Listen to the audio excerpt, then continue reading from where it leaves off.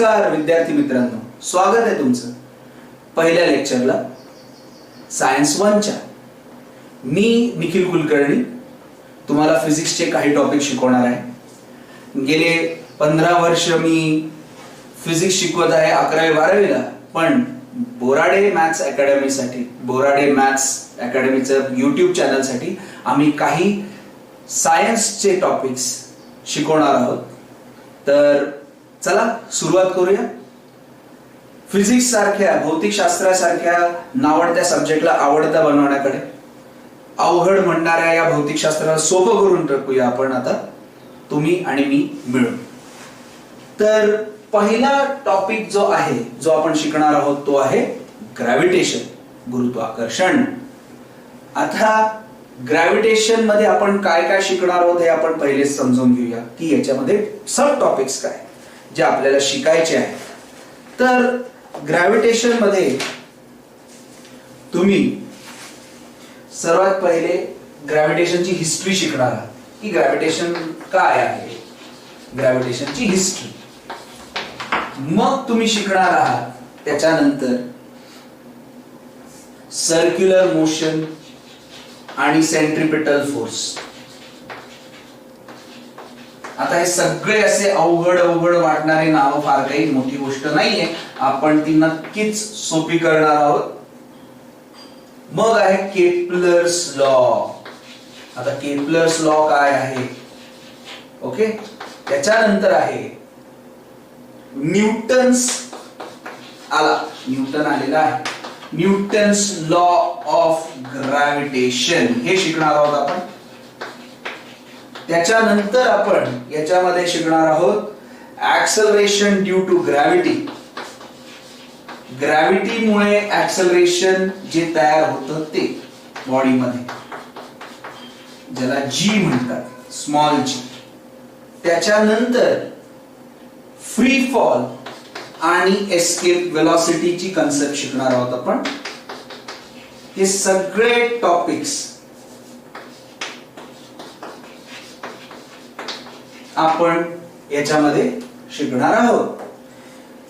तर ग्रॅव्हिटेशनची history, gravitation काय, सर्क्युलर मोशन काय, याच्यामध्ये सेंट्रिपिटल फोर्स काय, Kepler's law, Newton's law of gravitation, free fall, acceleration due to gravity, escape velocity, हे सगळं शिकायचं. याच्यावर बेस्ड कन्सेप्च्युअल क्वेश्चन आणि न्यूमरिकल्स आपण शिकणार आहोत.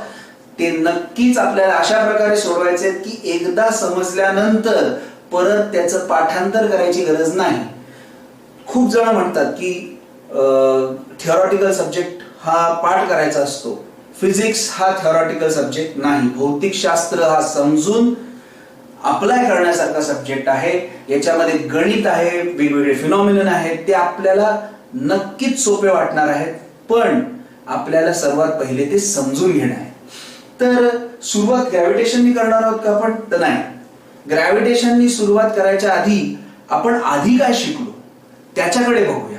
कारण की आधी जे आपण शिकलेलो आहोत त्याचा आधार घेऊनच पुढचा टॉपिक आपल्याला समजून घ्यायचा आहे. मागच्या पायरीवर मजबूतपणे पाय दिला की पुढची पायरी आपल्याला चढता येते, सगळ्यांना माहितीये. तसंच मागची जी 9वीची पायरी आहे ती थोडीशी आपण परत एकदा मजबूत करून घेऊया. मजबूत आहेच ती, अजून मजबूत करून घेऊया. थोडंसं रिव्हिजन 9वीचं. तर 9वीत मुलांना आपण काय शिकलो, मी का बरं 9वीचा आधार घेतो हे तुम्हाला नक्कीच पुढे ग्रॅव्हिटेशन मध्ये आणि पुढच्या टॉपिक्स मध्ये नक्की कळणार आहे. तर थोडा वेळ घ्या, वळूया 9वीच्या टॉपिक्स कडे. 9वीत आपण न्यूटनचे 3 लॉज शिकलो. Newton's laws of motion 3 law शिकलो आपण. पहिला law, every body continues in a state of rest, state of uniform motion, unless of course acted by an external unbalanced force. वा, छान, ऐकायला छान वाटलं. अरे ऐकायला छान वाटलं, लिहायला चांगलं वाटलं, मार्क मिळाले. अर्थ काय? तर साधा अर्थ त्याचा हा आहे की प्रत्येक बॉडी म्हणजे डस्टर असू दे, टेबल असू दे, पुस्तक असू दे, these are various bodies. तुम्ही असू द्या, तुम्ही ऑब्विसली तुम्ही एका ठिकाणी थांबणार नाही, पण आपण इनॅनिमेट ऑब्जेक्ट्स बद्दल बोलूया. दप्तर, पुस्तक, कपाट, टेबल, खुर्ची, every body, these bodies will remain in state of rest or state of uniform motion unless a quantity called as force acts on it. Force असेल तरच बदलेल त्यांची स्थिती. म्हणजे काय तर समजा एखादी गोष्ट, पुस्तक तुम्ही ठेवलं टेबलावर, it is in which state? Solid, liquid, gas नाही. It is in which state? State of rest, कारण की ते हालत नाही. Physics point of view it is in state of rest right now. तर तो स्टेट ऑफ रेस्ट मध्येच राहील. कोण? तुम्ही ठेवलेलं ते पुस्तक हालेल का ते जागचं? समजा शाळा कॉलेज बंद आहेत, महिनाभर सुट्टी आहे, तुम्ही ते पुस्तक तसंच डेस्कवर सोडून गेलात, महिनाभर नंतर गेल्यानंतर ते पळून जाणार आहे का कुठे? की नाही बाबा खूप कंटाळा आला, चला जाऊया फिरायला, हा एक महिना काही येत नाहीये, असं थोडे. तो तिथंच राहतो, तो तिथंच थांबतो, तो हलत नाही जागचा. तुम्ही जर तिथे 2 वर्षानंतर गेला तर 2 वर्ष तिथं कोणी काही केलं नसेल तर तिथेच ते पुस्तक राहील की नाही? त्याच्यावर धूळ जमावेल ती गोष्ट वेगळी आहे, पण तसंच राहील की नाही ते? तर does it move? No, we know this. याच्यासाठी काही न्यूटन लागतो तुम्हाला असं नाहीये. न्यूटनने जे सांगितलं ते आपल्याला माहितीच आहे की एखादी गोष्ट स्टेट ऑफ रेस्ट मध्ये असेल तर ती स्टेट ऑफ रेस्ट मध्येच राहील, फोर्स लागल्याशिवाय. अजून एक गोष्ट की a body continues in a uniform motion, uniform velocity unless of course force acts on it. म्हणजे एखाद्या बॉडीची जी स्ट्रेट लाईन मध्ये जायची सिच्युएशन आहे, एखादी बॉडी स्ट्रेट लाईन मध्ये चाललेली आहे विथ अ युनिफॉर्म वेलॉसिटी, तर तिची डायरेक्शन, वेलॉसिटीची डायरेक्शन किंवा वेलॉसिटीचं मॅग्निट्यूड म्हणजे बॉडीचा स्पीड किंवा त्याची डायरेक्शन तोपर्यंत बदलत नाही जोपर्यंत फोर्स त्याच्यावर ऍक्ट करत नाही.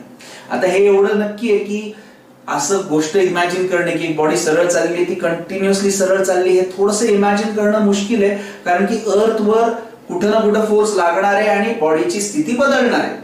ठीक आहे. So but if a body goes straight and there is no force on it, it will continue going straight.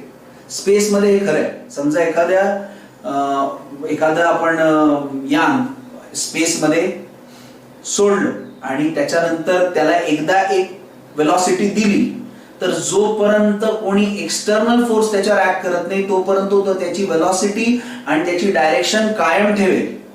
ठीक आहे. तर हे फर्स्ट लॉ मध्ये हे आलं. फर्स्ट लॉ सांगतं की फोर्स नावाचा व्यक्ती बॉडीची स्थिती बदलतो. झालं सेपरेट. दुसरा लॉ काय? फोर्स कसा कॅल्क्युलेट करायचा? कशावर? बॉडीवर. तर समजा एक बॉडी आहे जिचा मास m आहे, ज्याची इनिशियल वेलॉसिटी u आहे आणि t सेकंदासाठी त्याच्यावर एक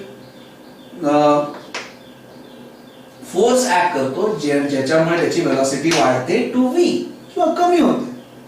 आधी वेलॉसिटी 10 आहे, मग फोर्स t सेकंदासाठी, बघा ही समजा हातगाडी आहे, पुशिंग दॅट, काही गैर नाही त्याच्यामध्ये. तर हातगाडी त्याला धक्का मारला t सेकंदासाठी, तर आधी हातगाडीची स्पीड आहे समजा 2, तर ती 4 मीटर पर सेकंड होईल. किंवा समजा एखादी हॉट व्हील्सची कार आहे, आता माहिती नाही तुम्हाला हॉट व्हील्स काय ते, म्हणजे एक कार असते छोटीशी खेळण्यातली, तिला तुम्ही धक्का मारला तर तिची वेलॉसिटी आहे 10, थोड्या वेळानंतर त्याची वेलॉसिटी कमी होते. बघा का बरं? कारण की एक फ्रिक्शनल फोर्स ऍक्ट करतो विरुद्ध दिशेला. तर फोर्स त्याच दिशेला असेल ज्या दिशेला बॉडी मूव्ह करते तर वेलॉसिटी वाढेल. फोर्स जर उलट्या दिशेला असेल तर वेलॉसिटी कमी होईल. पण फोर्स जर असेल तर वेलॉसिटीचं मॅग्निट्यूड हे बदलणार, स्पीड हा बदलणार. तर आधी u वेलॉसिटी आहे, वाढून v झाली किंवा कमी होऊन v झाली, डझंट मॅटर, t सेकंदात. तर या बॉडीवर फोर्स कसा काढायचा? So consider a body of mass m. Let u be the initial velocity, let v be the final velocity, and let t be the time for which the force acts. आधीची velocity u, नंतरची velocity v, t सेकंदासाठी force act करतोय. तर force कसा काढायचा? Force is change in momentum. आता momentum काय आहे तुम्हाला माहिती आहे. Momentum of a body is mass multiplied by velocity of the body. मासला वेलॉसिटीने मल्टिप्लाय केलं तर काय येतं मुलांनो? मोमेंटम. ओके. तर चेंज इन मोमेंटम, आधीचं मोमेंटम मायनस नंतरचं मोमेंटम, एवढा बदल आहे त्याच्यामध्ये.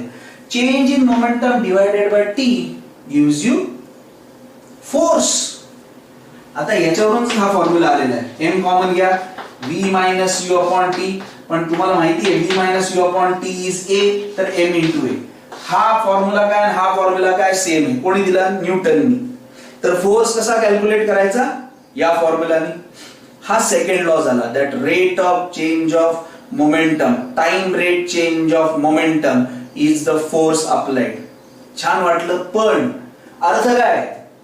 बॉडीची वेलॉसिटी बदलली टी सेकंदात, तर force on the body is किती बदल झाला मोमेंटम मध्ये आणि divided by time. Change in momentum upon time is force. संपला विषय. फोर्स कॅल्क्युलेट करायला सेकंड लॉ मध्ये शिकवलं. फर्स्ट लॉ मध्ये फोर्स लागतो स्थिती बदलण्यासाठी, वेलॉसिटी बदलण्यासाठी.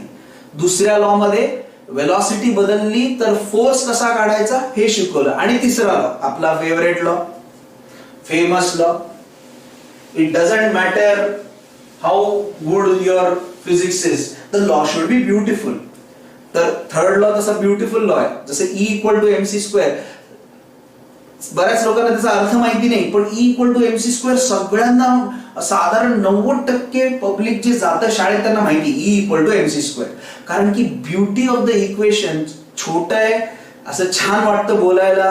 That's the beauty of that equation. तर काही लॉज जे आहेत ना ते फार ब्युटिफुल असतात. सर कुछ भी बात कर रहे आप, फिजिक्स मध्ये कसली आली आहे ब्युटी अँड काय नाही. जर पाहिलं ना तर फिजिक्स म्हणा, गणित म्हणा, केमिस्ट्री म्हणा, याच्यामध्ये कुठे ना कुठं सुंदरता आहे, कुठे कुठे अशी थोडीशी इंटरेस्टिंग बातें हैं, तो देखोगे तो जरूर नजर आएगा. तिसरा लॉ तर एकदम म्हणजे सगळीकडे वापरता येतो तो. Every action is an equal and opposite reaction. घर घर की बात है. तुमचा ऍक्शन आई वडिलांचा reaction, let us not go there. हो ना, त्या विषयाला हात नको घालायला. हो की नाही? तुमची काय ऍक्शन आहे, आई वडिलांची काय रिएक्शन आहे, प्रत्येक वेळेस ती रिएक्शन चांगलीच असते असं नाहीये. बहुतेक वेळा चांगली नसते सर, हिंसक जास्त असते. तर that apart and jokes apart, action reaction बद्दल भरपूर डाऊट्स आहेत लोकांच्या मनात आणि भरपूर चुकीचे समज पण आहे. ते समज थोडेसे कमी करूया आज आपण, आणि जसं पुढे जाऊया अजून क्लॅरिटी घेऊन या. 11वी-12वीत पण मुलांना याच्यामध्ये भरपूर कन्फ्युजन असतं. तर if I apply force on a body, the body will apply equal and opposite force on me. That is true. समजा बॉडी, एक बॉडी, समजा कॅरम तुम्ही जर खेळला तर कॅरम मध्ये स्ट्रायकर असतो आणि काळी आणि पांढरी सोंगटी असते. तर जेवढा फोर्स स्ट्रायकर त्या सोंगटीवर लावतो, त्या कॉइनवर लावतो, तेवढाच फोर्स कॉइन स्ट्रायकरवर लावतो. अरे तो गलत आहे. कारण की जेव्हा स्ट्रायकर हिट्स द कॉइन, कॉइनचा स्पीड एकदम सुसाट होतो आणि स्ट्रायकर एवढा जात नाही पुढे मागं. How can the force B same? That is a question and that is a good question. की समजा स्ट्रायकर याच्यावर आपटला कॉइनवर, तर कॉइनची वेलॉसिटी खूप असते आणि स्ट्रायकर तो स्लोच राहतो ना. नाही, फोर्स सेम है, वेलोसिटी वेगवेगळी. तो ये मत समझना कि ये गलत है. ये सही है कि जितना फोर्स स्ट्राइकर लगाएगा कॉइन पे, उतना ही फोर्स कॉइन लगाएगा स्ट्राइकर पे. ये है स्ट्राइकर का फोर्स ऑन द कॉइन. हा स्ट्राइकर है, हा कॉइन है. तर स्ट्राइकरचा force on the coin F आहे. तर कॉइनचा फोर्स ऑन द स्ट्राइकर पण Fच असेल. हा ऍक्शन रिएक्शन फोर्स आहे. पण फोर्स जो आहे तो कॉइनवर जो परिणाम करतो तो जोरात असतो. का बरं? The force applied on the coin is sufficient to give lot of speed to the coin. म्हणजे ह्या फोर्समुळे कॉइनचा स्पीड खूप वाढू शकतो. पण कॉइन जो फोर्स अप्लाय करतोय जरी सेम असला तरी पण स्ट्रायकरवर त्याचा परिणाम कमी होतो, कारण की स्ट्रायकरचा मास जास्त है. समझा, लेकिन इतना नहीं समझा. बहुत सिंपल है. हम लोग थोड़ा सा हिंसक एग्जाम्पल घेऊया, थोडंसं डेंजरस. म्हणजे काय? तर समजा तुम्ही सायकलवर जाता. बरं ठीक है, तुम्ही ने तुम्हारा दुश्मन जा रहा है साइकिल पे और वो ट्रक के साथ कोलाइड हो गया. हे चांगलं एग्जाम्पल आहे की नाही? तुम्हाला कोणी पण तुमचा जो शत्रू आहे, कोण ज्याला तुम्ही एकदम डिसलाईक करतात, त्याला सायकलवर बसवा आणि त्याला जोरात जाऊ द्या आणि ट्रक उभा आहे. तो जितक्या जोरात जाऊन त्या ट्रकवर आपटेल, जेवढा फोर्स सायकल ट्रकवर लावेल तेवढाच फोर्स ट्रक सायकलवर लावणार आहे. आता ह्याच्यामध्ये झोल असा आहे मुलांना की समजा सायकल आपटतीये ट्रकवर, तर सायकल रिबाउंड होऊन त्याची वाट लागते, ट्रकला काहीच होत नाही. का बरं? कारण की समजा सायकल, आता सर सायकल काढा ना, सायकल कशी काढणार, वेळ जाईल त्याच्यामध्ये.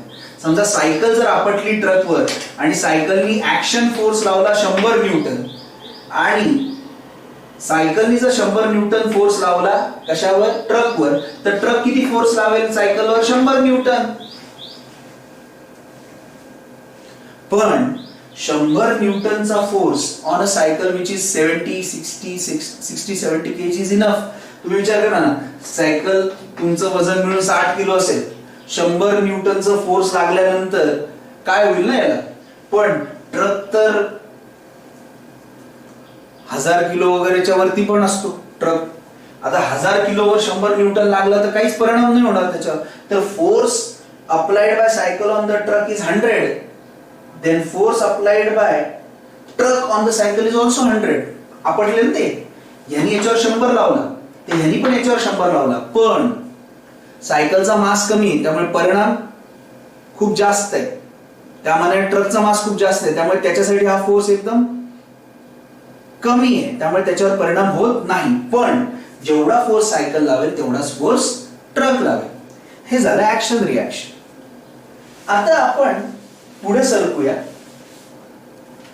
Force, Newton's laws of motion, types of forces. किती टाइप्सचे फोर्सेस आहेत, आता बरेच टाइप्सचे फोर्सेस, त्याच्यापैकी काही मी घेणार आहे आणि थोडं शॉर्टकट मध्ये सांगणार आहे. तर टाइप्स ऑफ फोर्सेस मुलांनो, हे सगळं जे आहे हे बेसिक आहे, हे तुम्हाला लागेलच कुठे ना कुठे, याच्या आधारावरच बऱ्याच गोष्टी सोडवल्या जातात. टाइप्स ऑफ फोर्सेस, एक आहे कॉन्टॅक्ट फोर्स, दुसरा आहे फोर्स इन स्ट्रिंग म्हणजे टेन्शनचा फोर्स, स्ट्रिंग म्हणजे दोरा, तिसरा फोर्स आहे अपथ्रस्ट, चौथा फोर्स आहे ग्रॅव्हिटेशन. याच्यापेक्षा अजून बरेच फोर्सेस आहेत, मी काहीच घेतोय इथे. अजून एक फोर्स आहे इलेक्ट्रोमॅग्नेटिक फोर्स, अजून न्यूक्लिअर फोर्स आहे, स्प्रिंग फोर्स आहे, फ्रिक्शनल फोर्स आहे. आता हे खूप झाले, लिस्ट कुठे करत बसा ना. तर याच्यापैकी कॉन्टॅक्ट फोर्स म्हणजे काय, जर तुम्ही एखाद्या बॉडीशी कॉन्टॅक्ट मध्ये असाल तर तुम्ही फोर्स लावाल आणि बॉडी तुमच्यावर फोर्स लावाल. तर दोन बॉडी जर एकमेकाला असे खेटून आहेत तर ते एकमेकांवर फोर्स लावतील. तुम्ही जर बेंचवर असं हात ठेवला तर तुम्ही फोर्स लावाल बेंचवर आणि बेंच तुमच्यावर फोर्स लावेल. तुम्ही सायकलिंग करताय, तुम्ही पॅडलवर फोर्स लावता, through mechanism of chain the force is transmitted to the tyres of the cycle and there is motion. ते पण एक प्रकारचं कॉन्टॅक्ट मेकॅनिझम फोर्स आहे, ज्याला मेकॅनिकल फोर्स म्हणूया. मग टेन्शन, जर तुम्ही दोरखंड एक दोन्हीकडून खेचला किंवा छताला लावून खाली खेचला तर त्याच्यामध्ये जो तणाव निर्माण होतो that is force of tension. Upthrust किंवा बॉयंट फोर्स, पाण्यामध्ये पडल्यानंतर आपल्या बॉडीवर अपवर्ड फोर्स जो असतो पाण्याचा त्याला अपथ्रस्ट किंवा बॉयंट फोर्स म्हणतात. ग्रॅव्हिटेशनल फोर्स याच्यावर आणि इलेक्ट्रोमॅग्नेटिक फोर्स याच्यावर सर्वात जास्त भर दिलेला आहे पुस्तकांमध्ये आणि त्याचा अभ्यास आपण जास्त करणार आहोत. तर what is force of gravitation? तर सगळ्यांना हे माहिती आहे की गुरुत्वाकर्षण हे पृथ्वी आपल्यावर लावते म्हणून आपण या पृथ्वीला चिटकून आहोत. एखादी बॉडी जर वरती गेली तर ती खाली येते ग्रॅव्हिटेशनल फोर्समुळे, कारण की पृथ्वी सगळ्या बॉडीजला आपल्याकडे खेचते. In fact earth also pulls moon towards it. Okay, तर यालाच तुम्ही ग्रॅव्हिटेशन म्हणतात किंवा ग्रॅव्हिटेशनल फोर्स म्हणतात. तर हा जो फोर्स आहे हा आपण या चॅप्टर मध्ये शिकणार आहोत आणि याच्याबद्दल अजून थोडंसं जाणून घेणार आहोत. ठीक आहे, electromagnetic force you study in the आगे के चैप्टर्स में and in 11th and 12th. तर ग्रॅव्हिटेशनल फोर्स कडे वळूया. तर सर्वात पहिली गोष्ट तुम्हाला विचारायची, ग्रॅव्हिटेशनल फोर्स फक्त अर्थच आपल्यावर लावते का? ग्रॅव्हिटेशनल फोर्स हा अर्थ किंवा प्लॅनेट्सच लावतात का एकमेकांवर? तर answer is no. Yes, planets will apply force on gravitational force on each other. Earth does apply gravitational force. We know that. but other bodies possessing mass will also apply force of gravitation on each other. मतलब क्या मैं बताता हूं, कोई भी body having mass will attract another body having mass. It is not that only Earth applies gravitational force. हा थोडासा आपल्याला संभ्रम आहे की फक्त अर्थचा ग्रॅव्हिटेशनल फोर्स असतो, बाकी बॉडीज ग्रॅव्हिटेशनल फोर्स लावतच नाही लावतात. मग पृथ्वीवर असलेल्या सगळ्या बॉडीज ज्या आहेत ज्यांच्याकडे मास आहे ते पण ग्रॅव्हिटेशनल फोर्स लावतात, ते पण अट्रॅक्ट करत असतात. आता तुमचा साहजिक प्रश्न हा असेल की पण कुठली बॉडी दुसऱ्या बॉडीला जाऊन ग्रॅव्हिटेशनमुळे चिटकते कुठे? अर्थ आणि आपण चिटकलेलो आहोत एकमेकांना, ते तर दिसतंय, ते तर जाणवतंय. पण तुम्ही समजा कपाटाजवळ उभे राहिले तर तुम्ही कपाटाला जाऊन नाही चिटकत, पण तुम्ही म्हणतात कपाटामध्ये आणि तुमच्यामध्ये फोर्स ऑफ अट्रॅक्शन आहे. Yes, it is there. मग चिकटत का नाही? That I will answer. बघा, सर्वात पहिले force of gravitation not only exist between earth and other bodies, it also exist between two bodies having masses. Gravitational force बद्दल बोलूया आपण आणि त्याचे characteristic. It exist between two bodies having masses. आता पूर्व अशी असतात की तीन बॉडीज असल्यानंतर काय करतील? ऑब्विसली तीन बॉडीज पण एकमेकांना अट्रॅक्ट करतील, पण पहिले दोन बॉडीज जवळजवळ ठेवल्यानंतर काय होतं हे पहिले शिकून घ्या, मग तीन बॉडीज कडे जाऊ ना. तर दोन बॉडीज जर त्यांच्याकडे मासेस असतील तर दोघांमध्ये ग्रॅव्हिटेशनल फोर्स ऑफ अट्रॅक्शन असेल.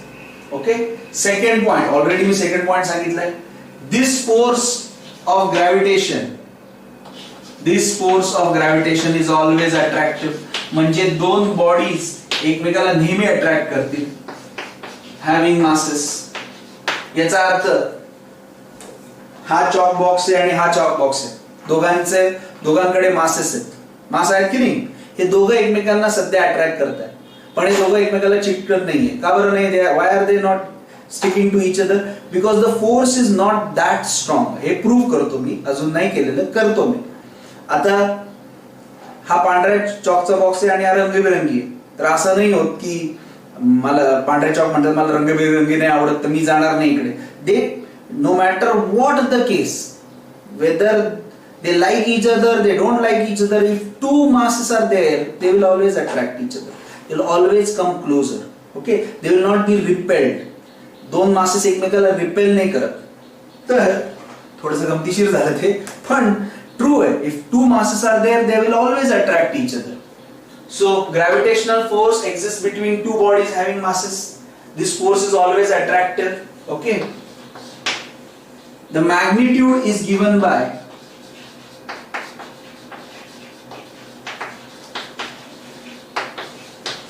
Newton's law of gravitation.